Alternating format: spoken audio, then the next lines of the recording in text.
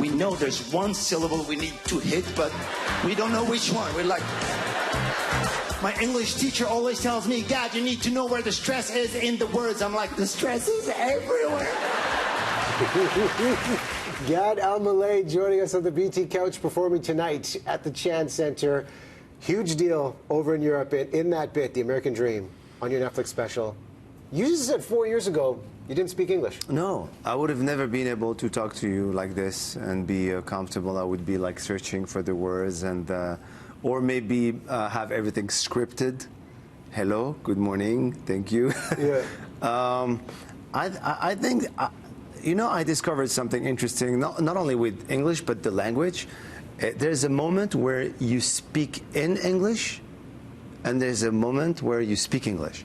Speaking in English is translating everything in your brain, which is really tiring. Yeah.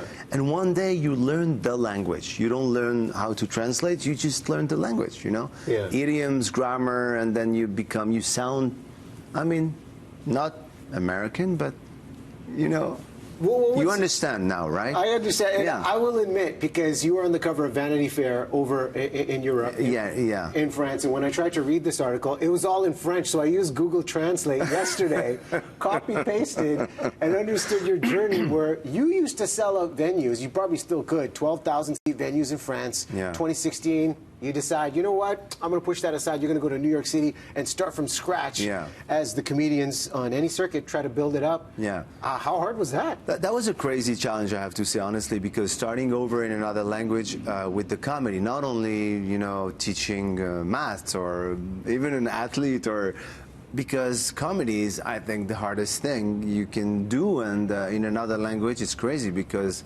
you know, it's cultural references and.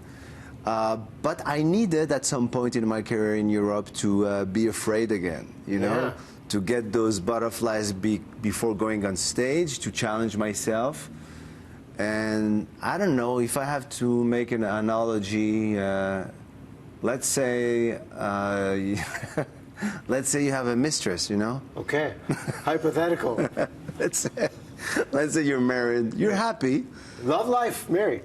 But, like, something happens that makes you, oh, you're going to go back to the wife. Yeah. But I'm not sure it's a great analogy. I don't think I can laugh at that joke right now. Because I know. Baby's coming. The baby's coming. Yeah. But just to spice your life and your career, you go and you do something crazy, like starting over in another language.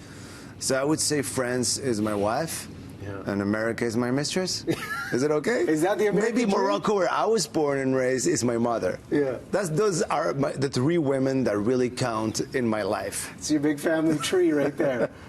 What about Canada, where I lived, by the way? I lived in Canada for 4 years. Yes. In Montreal. And what do you notice about, I mean, your Netflix special talks about the American dream and nuances, you know, about America. But what do you notice that is unique about Canada every time you come back now?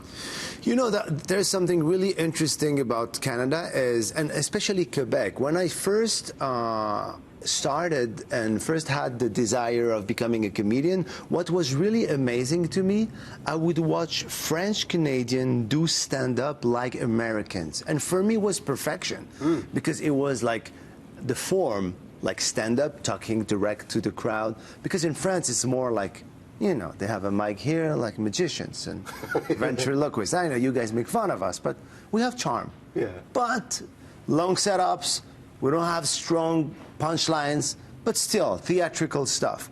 Americans, North Americans are very efficient, direct, talk to the crowd. And French Canadians, when I lived there, would do this in French. So I would get everything. The stand-up, direct, American way, and in French. It was perfection.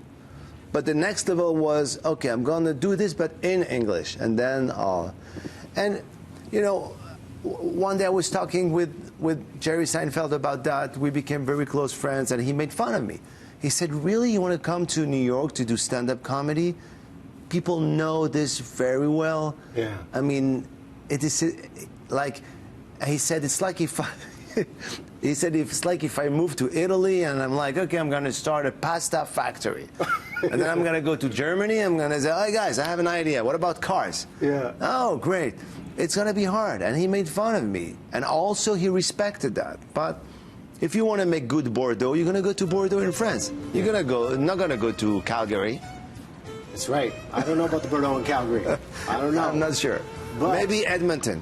Edmonton? Yeah. They got it going on? You got an inside tip there? Well, I know you're buddies with Seinfeld. You two share the comedic genius. We get to see a bit of that tonight on stage, Chance Center. You're going to be there and check out this Netflix special, The American Dream. Thank you so much for having me. I thought the baby was going to come after. Yeah, so good luck, by the way, and really, comme ça? Yeah, comme ça. Bon courage. Bonne chance. Yeah, I think I have to give my citizenship card back. No, it's going to be great. Okay.